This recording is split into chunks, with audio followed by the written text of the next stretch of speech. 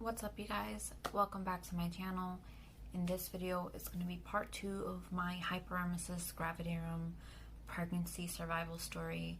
If you did not see part 1, I suggest you stop this and go back because this isn't going to make a lot of sense if you start off from here.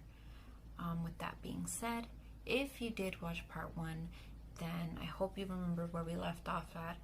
I was at the point where I was still not able to consume anything. I was still throwing up, and even with IVs, even with vitamins and stuff like that, your body still needs food, and my baby still needs food to survive, to grow. So I was going through every single day just throwing up anything that I tried to eat, even with the recommendation of eating in small portions and snacking instead of eating a whole meal. I still was throwing up everything, and it got to a point where I started scarfing down food as soon as I got it, and I was throwing that up immediately, and I was choking on rice from Chipotle, and I realized food isn't gonna work. I need intervention for that as well. I need help for that as well.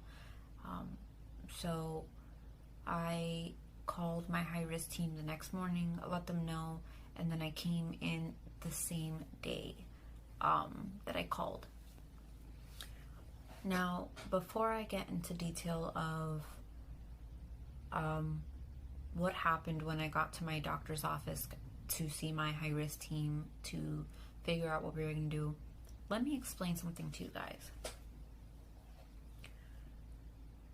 I don't know the word for it, but when you become very sick and all you do is throw up and you have a routine, a sick routine where it's like IV bags, medication, throw up, sleep every day, you're gonna sink into a really bad depression. And I can't express this enough to people that I lost myself in this pregnancy. Genuinely lost myself. This is gonna be a little disgusting to hear, but this is the truth. I got to a point where I threw up so much and started hating pregnancy so much. It was so miserable, so sad, so alone. I would sometimes throw up and pee on myself, and I wouldn't even move. I wouldn't get up to clean myself. I would kind of lay on the floor, in my own urine, and just lay there and cry and cry and cry. And all I could think was, God, please get me through this. God, please, if you're hearing me, let me know I'm not alone. Show me your presence or anything, please, God. It was horrible. It was much seeing yourself in the mirror and not recognizing who that person is due to being extremely skinny, seeing my bones, looking pale, not realizing in a sense I'm kind of dying a little inside, and it was like that for a long time. Now we're gonna go back to the day I'm going to the doctors to seek help for the eating. We got to figure out a solution. This is now in the holidays. We are now in November. I found out I was pregnant in September when Hurricane Irma was there. Now time has passed. I've been going through it. We're in November. Thanksgiving is closely approaching. And to go through these things during the holidays, it's horrible. It is horrible, you guys. You're so disconnected. Everyone around you is so happy and so excited and celebrating and eating and dancing and music, and you're just there hiding in a room with your face in the toilet, with the same clothes you've been wearing for days, smelling really bad. Your hair, and this is the truth, my hair, since the very beginning that I found out I had hyperemesis, since the first throw up session, my hair was put into a bun and I never took it out and I never cleaned it because I was so sick and I didn't have anybody home with me. I was with my mom and she let me stay at her house while I was going through this because it was big enough to walk around with my IV pole. It was large enough for me to have all these medical boxes. It was spacious. That's why I was there. But she worked. Her husband worked. I was alone majority of the time. And I am living in someone else's house. Because I'm sick, I cannot stop them from celebrating. And they still celebrated. They still had parties while I was sick. They still had food while I was sick. Everything was just so much more harder because I can hear the laughter. I can hear the fun outside my door. I can smell the food and I can't enjoy any of it. Any of it. I remember texting Matthew and saying, I wish you were here. I just want to be in your arms right now. I'm so alone and the holidays suck, So, November's, Thanksgiving is approaching. And this was a few days before Thanksgiving. I'm at the doctor's appointment.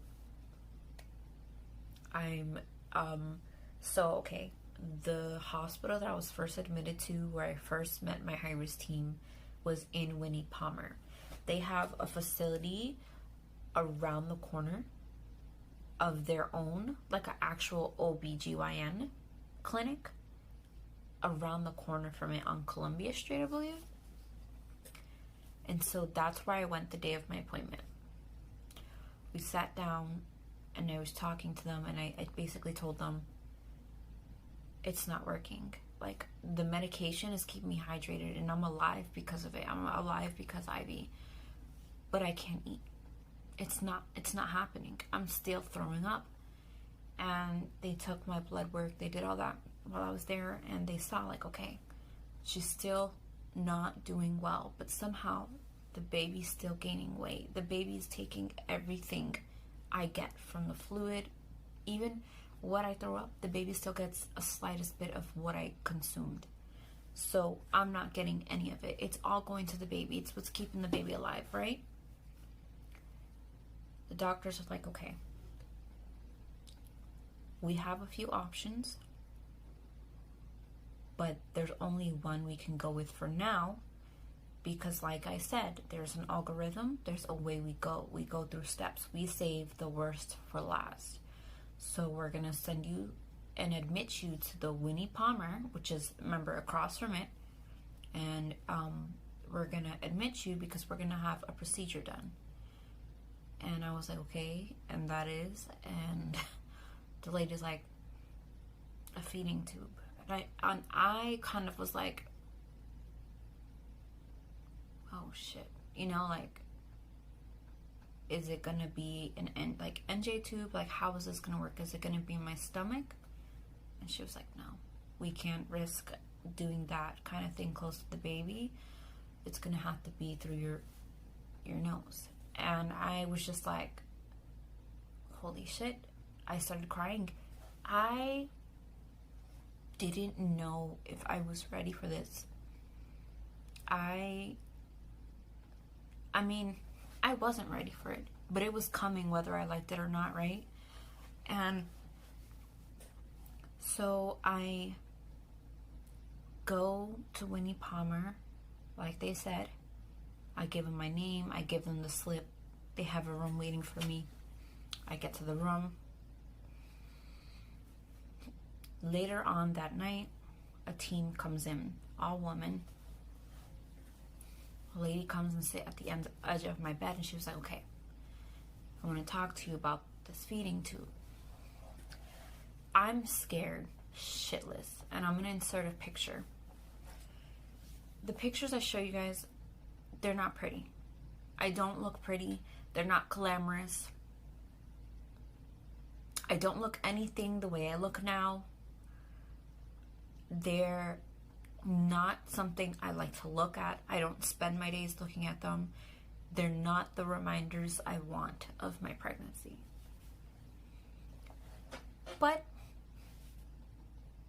it was my pregnancy, so, you know, this is all I have to remember of. And anyways, I know you're gonna see the pictures and you might think like, ouch, she looks pretty hurt. I did. The ladies are in my room. There's one at the right edge of my bed. There's another lady sitting next to me. She's kind of rubbing my back because at this point, like, I'm hyperventilating because I'm so nervous. I'm texting my sister. I'm like, I can't do this. I can't do this. I can't do this. Like, I'm so scared. She's like, Veronica, you have to. I know you can't, but you have to. Like, you want this baby, right? You want to survive, right? You have to. And she's like, I believe in you. You got this. And I went to the bathroom. The doctors are all waiting for me. They're letting me kind of collect myself. They're saying, like, do what you gotta do to get yourself ready. Like, but it's gotta happen. So, I'm pacing back and forth in the bathroom in my room. And I'm looking in the mirror, and I kind of have a heart-to-heart. And I swear there was a lot of these heart-to-hearts by myself where I always had to look in the mirror and kind of had to give myself a pep talk. You know, like, this is it, Veronica. It's just you. Right now, it's just you. You gotta do it. You gotta grab life by the balls right now, and you gotta do what you have to do to survive right now. So, after maybe 10 minutes in that bathroom, and they were patiently waiting, I came out and I was like, okay, let's do this. So, they explained it to me. Here's the issue, right? When the food goes down my esophagus and into my stomach, that's where my body rejects it, when it's in my stomach. So the plan was to get the feeding tube far enough down to the point where it's in my intestines. In your intestines, that's where your body absorbs all the nutrients and then gets rid of what is not viable, and that's how obviously you defecate. And so that was the plan. They said that is what's supposed to, it's supposed to be your relief. Your body's fed and you won't throw up, which sounded amazing. Scary, but amazing. So they basically tell me, we won't know if the tube is in the right spot until we send you down to X-ray. We're gonna take a few tries at this. I know at one point it will be in your intestines. We just gotta constantly send you back down there, see if we have to push it down a little more. So I'm laying back on the bed. There's one lady, she's getting the cords ready, the tube. Another lady is kind of helping me. She's putting my hair up. She's tucking like towels all around me. They have like this big bin in front of me, because when you do this, you're vomiting the whole time because the cord is, going down your gag reflex, and you're gonna throw up the whole time. And I remember they had the tube, they had the tape laid out in front of them. The lady said, grab my hand. On a count of 3, we're gonna put it in, okay? She's like, if you need to stop, just put your hand up and we'll stop for a second. I already had a plan in my head to not let them stop, because if I let them stop, I don't know if I have the courage to say, let's keep going. I just wanted them to go, get that shit where it needs to be and get it over with. So she has a tube on the tip of my nose. I'm grasping onto the lady's hand. I have my head a little forward so that if I throw up, you know, it'll land in the bucket. I'm holding onto the lady's hand and they're counting. 1, 2, 3, and she just starts shoving it. And I'm like vomiting all over. It's on my shirt. It's everywhere. The ladies that were in the room who are there for moral support, they're literally just like, you got it, mama. It's almost there. Like, you're doing so good. They're like, it's going. It's okay. Just throw up. It's okay. Don't worry about it. We'll clean you up. Like, they're just cheering me on. And the lady's like, do you need a break? And I just was like shaking my head. I was like, no, keep going. Like, I said, keep going. And while I'm throwing up, I'm just like crying. Not because it hurt. Because I'll be honest, none of it hurt. Uncomfortable, but none of it hurt. And once the tube was in, it didn't feel like anything. And that was probably the thing I was worried about. I thought it was going to be uncomfortable 24/7. And it wasn't. Once it was set in place, the only thing that made me remember that it was there was the tube on my face. If that tube was like not on my face, I would not remember that there was a tube going down my throat. I'm going to insert a picture. I took a picture where I opened my mouth and you could see like the tube in the back of my throat. I don't know why I thought that was so cool. So they do that and they, you know, they start clapping. They're like, good job, mama. You did so good. They were making me feel awesome. It made me feel like a superstar, you know? And the ladies were like, okay, well, someone's coming from X-ray to pick you up. We're going to go to X-ray and we're going to check to make sure that the tube reached your intestine and it's not in your stomach. So we do that and it wasn't in my intestines. So this was the part I didn't know. Every time they have to readjust it, they have to take the whole thing out and we have to do it again. We did this a total of 3 times, you guys. And then the 3rd time it finally got to my intestines. Yeah, we did this whole vomiting session, this whole thing, a total of 3 times.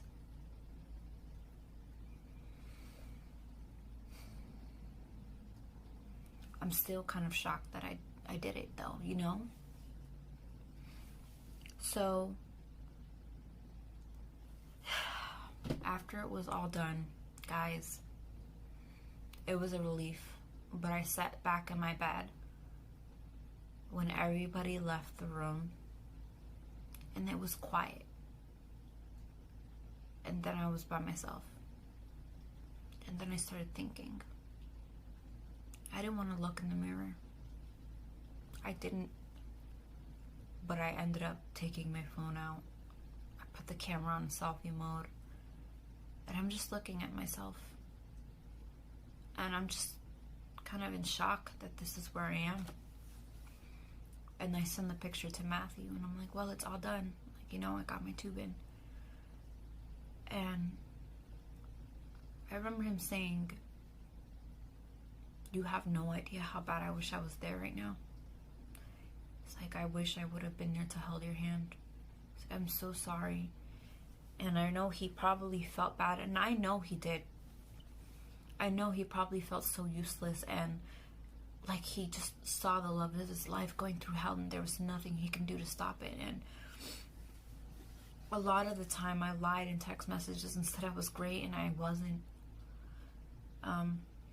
And that was just because I wanted him to be okay out there. I wanted him to focus on the training, on the classes, on driving a big truck on the road without thinking about me. I didn't want to distract him. I didn't want him to get into an accident worrying about me, you know? So I'm taking all these pictures and I'm just looking at them and I'm like in awe that I'm at this point in my life. You know, I'm just in awe looking at myself. But I had to remember, this is going to help me. This is going to help me survive. This tube is good. Like, you know, it's not an enemy. It's not bad. It's good. And that's how I had to, like, really tell myself in my head. And so a lady comes like later on the night. She comes with these formulas. So this is the part where they're gonna start connecting my tube up to start getting me fed. This machine was called Junior Kangaroo or something like that. I can't remember the name of it by head, but I have pictures and I'll insert it, and I'll also Google the name of it so that I can put it here on the screen. But the lady comes with the machine, and she comes with like a paper and a pencil, and she was like, okay, I'm gonna teach you how to use the machine because you're gonna get your own to go home with, and I'm gonna teach you right now how to set it up and stuff like that. She's like, okay, the formula that you're going to have is called Cosmo Light 0.5. It's a formula with all the nutrition that we need. It's a liquid, you know.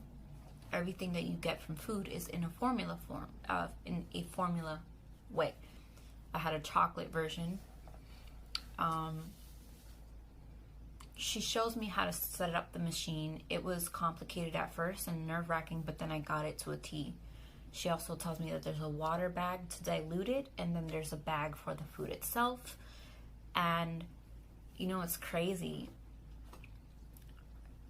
I didn't know if I was gonna gain weight by this, and I did. And when I gained my first pound, you guys, I was so happy. I was at my OB, and I got on the scale, and the lady was like, you gained a pound. I was like, no way. And she was like, yeah, you gained a pound. I was like, yes. I'm like, yeah. And I'm excited because that's how it's supposed to be. You're supposed to gain weight, not lose it. But anyways, here's a little detour in this journey of my feeding tube. I go home, I get the pump, I start my formula. I'm happy in a sense. I don't have to worry about eating. I don't have to worry about throwing up anymore. I'm good. I'm golden. I have everything set up. As long as I'm not eating or I'm not trying to eat, I won't throw up unless I smelled something really like chicken. I always threw up at the smell of chicken instantly. Brushing my teeth, threw up instantly. Things like that were still a hassle for me, but I tried my hardest to avoid them, to throw up as little as possible. And after getting the tube, I probably only ended up throwing up 2 or 3 times a week, which was such a great improvement. But here's something that happened. Cosmo Light 0.5 has a very extremely high amount of fat in it. Too much fat for me, because little did we know I had stones in my gallbladder. One day, while everybody was at work, I was home by myself. I was feeling a little bit okay that day. My body was being fed. I kind of felt like I was coming back to life in a sense. I was getting vitamins, nutrition, all that good stuff. I'm walking to the living room. I decide to actually get out of the room and sit in the living room and engage. The Christmas tree was up. I kind of wanted to look at everything. I'm walking towards the couch, and all of a sudden, the most excruciating pain went through my body. And I fell. I fell on the floor, and my V cord pulled, and it came out a little bit. And I'm screaming, and I'm like trying to breathe. This is gonna be funny, but I'm like, I'm literally doing this. Like, I could not breathe. I was trying to grasp onto things. And I was in pain. I'm trying to reach for my phone because I knew it was on the floor somewhere. When I fell, I dropped it. I'm trying to reach for it, but I'm just kind of paralyzed in a sense. The pain was paralyzing me. And I could not breathe. And I was in the worst pain in my abdomen. And so I finally reached my phone, and I hit the emergency button, and it calls 911. And the lady's trying to talk to me, and I can't speak. All I'm doing is like grasping for air. And the lady's like, I hear you, ma'am. Are you okay? And I could not speak. And all of a sudden, like, I decide, let me try to get into like a fetal position. Let me try to see if like I get in a position and I can talk somehow. I get into a fetal position and I'm like grabbing onto my stomach. Just to show you guys. Don't mind my PJs. I'm grabbing onto my stomach like this. I'm pressing it really hard. And I managed to say, I need help. I'm pregnant 20 weeks. Help. She says, what's your name? And I'm like, can't talk. I'm just like, I can't talk. And I'm crying. And I'm like, help. Send help. And she was like, okay, honey, help is on the way. I have a location on you. Because, you know, I guess after a while they can GPS your location. I could not say my address for nothing. The lady's like, can you get to the front door? Can you unlock the front door? And I really couldn't, but I managed somehow. I was dragging my IV pole and I was crawling on the floor and I was walking to the door and I unlocked it. And I didn't know I had gallstones at this time, but I thought I was losing my baby and I was crying. I didn't know what was going on. I thought maybe the placenta detached. Because I know some women who had their placenta rip and detach, and they said it was the worst pain of their life. I thought that was it, and I was so scared. I had no underwears, no socks, no bra on. I was wearing actually a bata just like this one, but a different style. And the ambulance were there. I heard them. They come inside and the lady's like, are they there? And the guy took the phone. He was like, yes, we're here. And she was like, okay, I'm disconnecting now. And she hung up. The guy is trying to talk to me and I'm just like in and out of it, but the pain was slowly starting to like go away slightly, so I was able to kind of talk more. And then he was like, can you tell me what's going on? I was like, I'm 20 weeks pregnant. I was just walking and then all of a sudden I'm in a lot of pain and I fell and I couldn't breathe. And I'm just trying to tell him and they're trying to help lift me up, and I had to say it. I was like, I don't have panties on. And he says, it's okay. It's okay, mama. No judgment here. We're gonna take care of you. And then I said, I don't have socks. And one of the guys says, that's how we like them, with no socks. We like them with no socks. That's great. And they're trying to make humor and trying to let me know, like, hey, you're okay. We got you, kind of thing.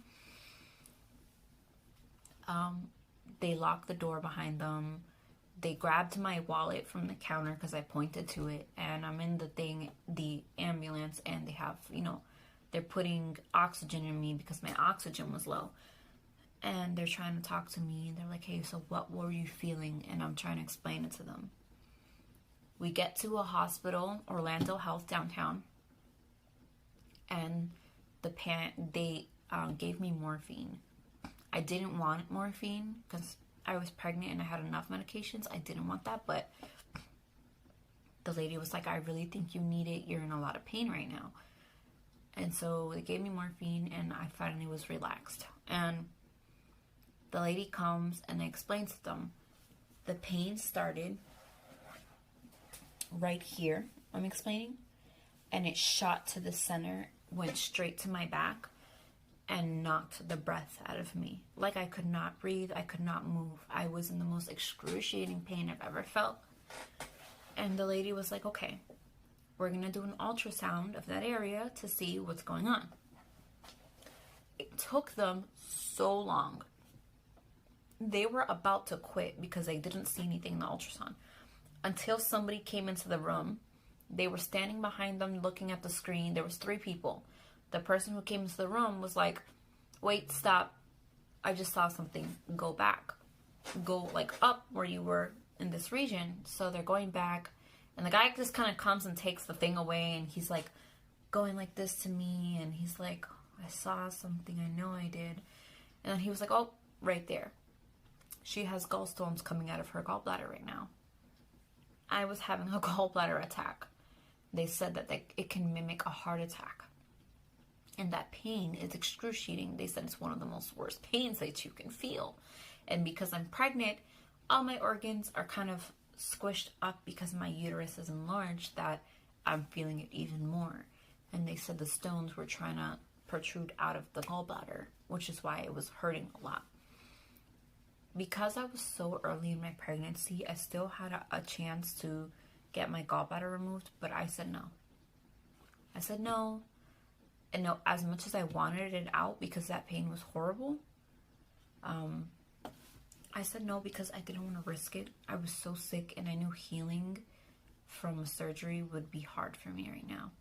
And I don't have help to get up. I just knew it wasn't going to work out. So they said, I will be fine for the rest of my pregnancy. I'll have these pains every now and then, but I'll be fine.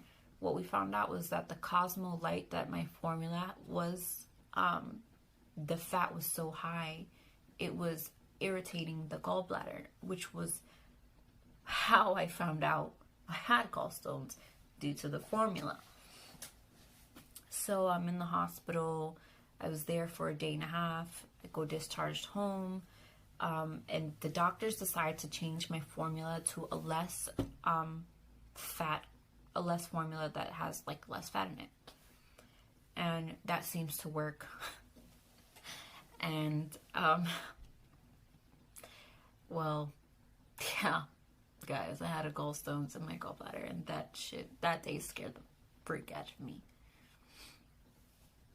When Thanksgiving came, the day of, there was a party going on in my house, and I was extremely depressed.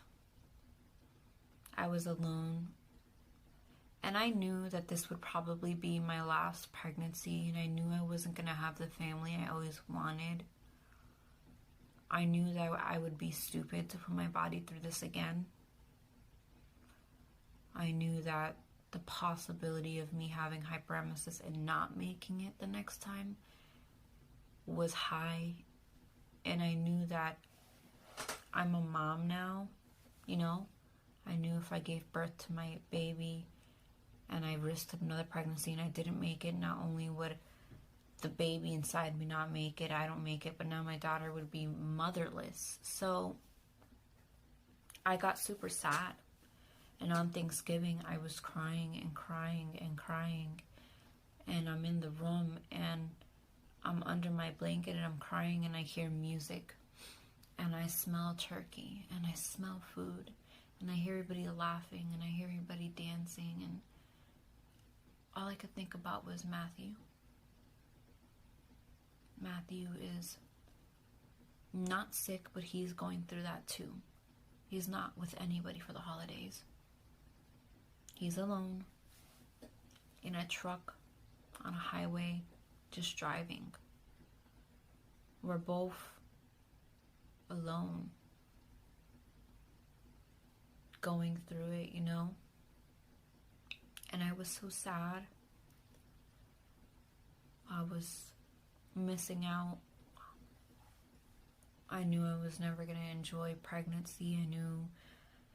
I just knew that it just, you know, I was so sad. And people don't know what it's like to be sick like that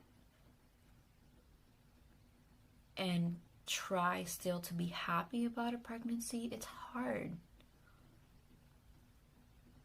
Because some people would say, at least you're having a baby. Yeah, at the cost of my life, my whole life, at the cost of so much. And I know a baby's worth it, but this was not a part of my plan. This was not what I wanted. That pregnancy, that way, was not what I wanted. I wanted the excitement of an announcement. I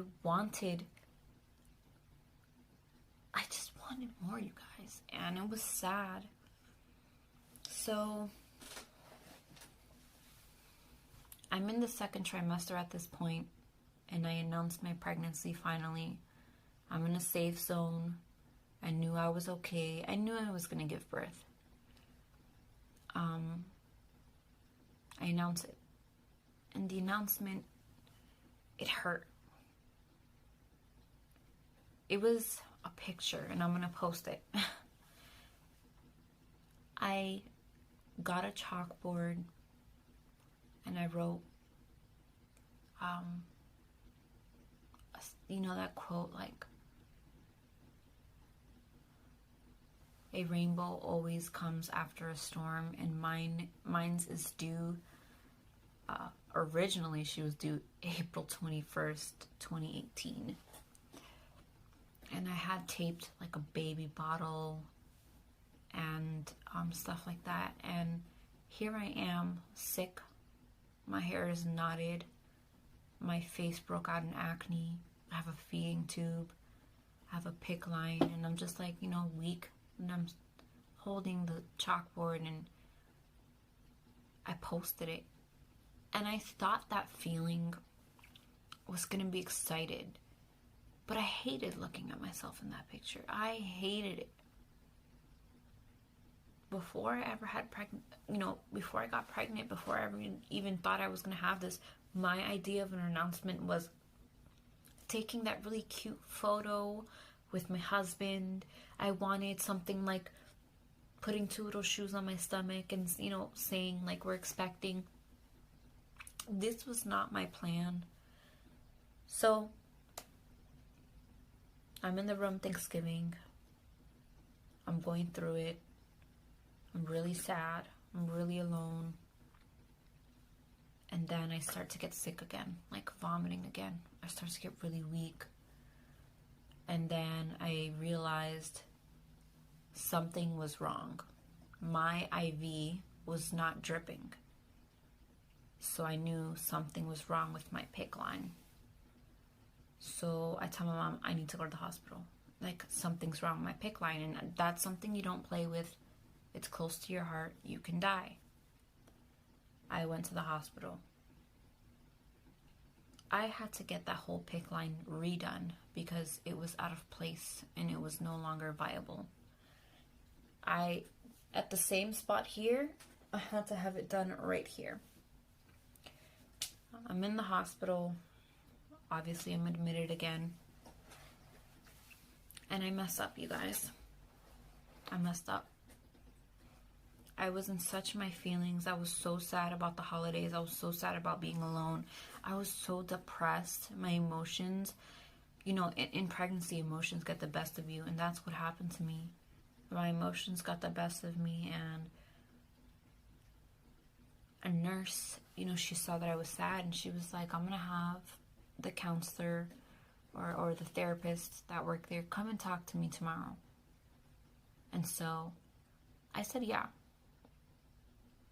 The next day, the therapist comes and I'm talking to her. And I said something. In that moment, I said something I regretted.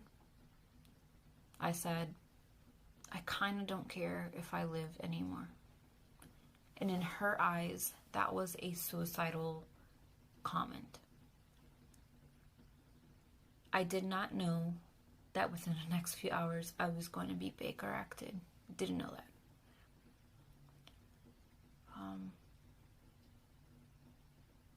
That was so scary.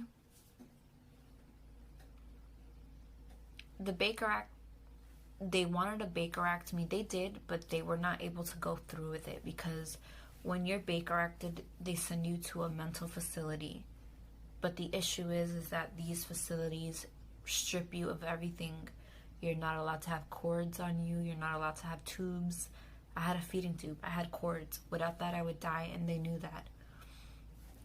But to be Baker Acted for those short 2 days that I was Baker Acted, therefore, they took my phone away. They took my blanket away. They took the curtains to my shower away. People came in and they were unscrewing everything that I can kill myself with. I was crying. When they were trying to take my phone away, I was like, please, please, like, I didn't mean it like that. Like, I'm not going to kill myself, please. Like, I was crying. It's the holidays. I'm away from my husband. I'm sick. I'm emotional. I'm pregnant. I'm hormonal. I have a feeding tube, for Christ's sake. Of course I'm sad, Of course I'm going to say that. Of course my emotions were running through me. I didn't think I'd get Baker Acted for it, though. And so I tell the lady, listen, before you take my phone, I need to call my husband. I need to let him know what's about to happen. He needs to know. He's my husband. She was like, okay, you can make the phone call. So I did. And he's like, what? He's like, no, why? He's like, this is crazy. And he was mad because he is far away. He couldn't do anything. And so he was like, they're not Baker acting you. I'm not letting it happen. I'm going to call you back. And he hangs up. And sure enough, he called his mom. They got to the hospital. They're telling the people, like, this is outrageous. Like, she's pregnant. She's hormonal. And regardless, they couldn't Baker act me because no place would take me with feeding tubes and stuff like that. It's a hazard. It's dangerous to them. I can kill myself with it. So they couldn't Baker act me completely. But I did have what was called a babysitter. And it was a woman, several women who sat with me and watched me. And you know how embarrassing it is to have a babysitter? When they come in the room, they're like, hi, I'm so-and-so. I'm here to watch you. That just felt horrible. Like, I don't need you to watch me. I'm not going to kill myself. I got myself this far in the pregnancy. I'm going to have my baby. I'm going to make it through this. I'm not killing myself. And I feel like every person who came into the room, I had to convince that I was not crazy because I felt like these people are probably thinking I'm crazy. These people are probably judging me, right? And that's how it felt. I had to convince so many people I wasn't crazy. So when 2 days pass, the same therapist who Baker acted me comes back into the room, and I was pissed. I was like, how dare you? Like, I told you how I felt. Not that I was going to kill myself, but I didn't care if I lived anymore. But not that I had a plan in action. Not that I was actually going to do it. And you Baker acted me.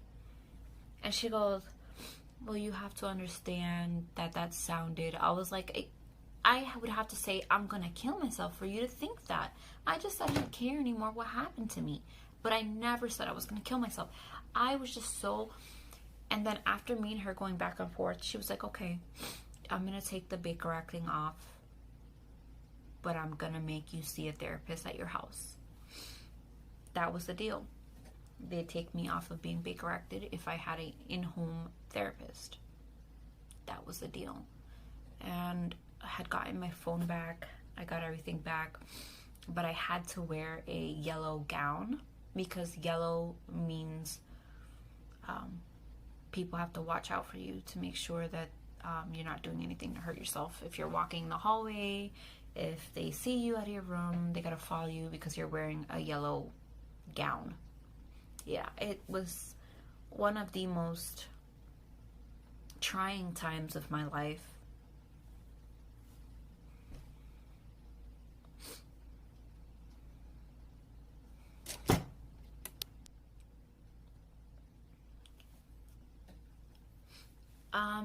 So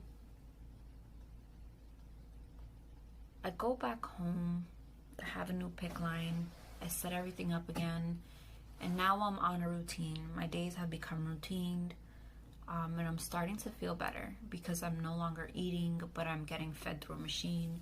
My baby's getting fed, I'm gaining weight. It was feeling okay. Not ideal, but it was feeling okay. I finally get an in-house therapist who's so awesome. I've been seeing her still until recently in October. My insurance got taken away this October that passed, and that was the last time I got to see her. But my life became routine. And last thing I'm going to say for part 2, because we're going to go into part 3 soon, Matthew is coming home for Christmas, and that is what I'm gonna leave it at. He comes home and he stays home, and so much more happens in my pregnancy, but I get to be with him, and I soon find out my sex and my sex of the gender of my baby. And that whole thing, this whole process with Matthew in itself is a whole other story, which is why I'm going to end it here. And you'll hear about what's to come in part 3.